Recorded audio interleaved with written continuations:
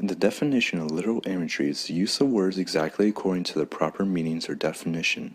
This often will mix in with figurative imagery, especially in this passage where Macbeth talks to himself in a very obscure way. I was able to find a few words and phrases that help the reader create an image of what Macbeth is thinking of and what the circumstances are. When Macbeth says to hear a night shriek, this tells us that the scene is taking place at night, and what the shriek might mean is that it's coming from a woman.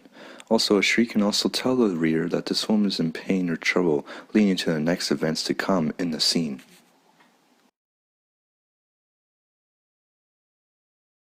After Macbeth has described his loss of fear, he asks, "Wherefore was I cry?" and gives the image of Satan entering and Macbeth hearing the cry within the chambers of the castle.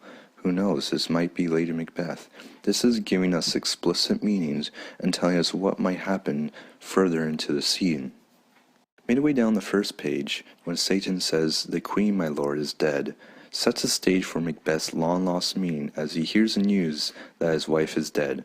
This gives us an image of what Macbeth's face could look like when he's hearing the news, and what he may do later in the scene now that he knows the news of his wife's death. At the bottom page 1, Macbeth says the way to dusty death.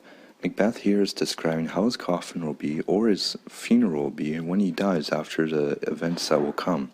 This adds to Macbeth's deep depression of his life, and now he sees that he has no meaning anymore.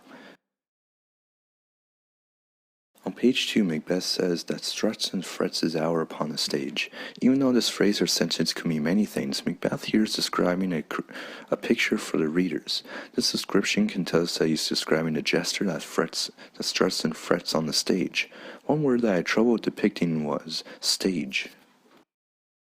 Stage can have many meanings. It could be a literal stage where performers perform. Stage might be a life stage in how he handles situations, or it could be a stage of his death and how events will lead to his end. A few lines down, told by an idiot, adds to the jester idea, as jesters back in the time were seen as idiots. The last phrase in the soliloquy is very important when Macbeth says signifying nothing. He erases the images in the reader's mind that were developing before as Macbeth was describing his life, but now he's wasted all that time really adding to his loss of meaning. Nothing also is a very good example of literal imagery because this ends the scene, where when he says signifying nothing, we can picture in our minds that the scene is done and he's woken from his deep thoughts and now he's ready to end his life where he has no meaning anymore. Created using Powtoon.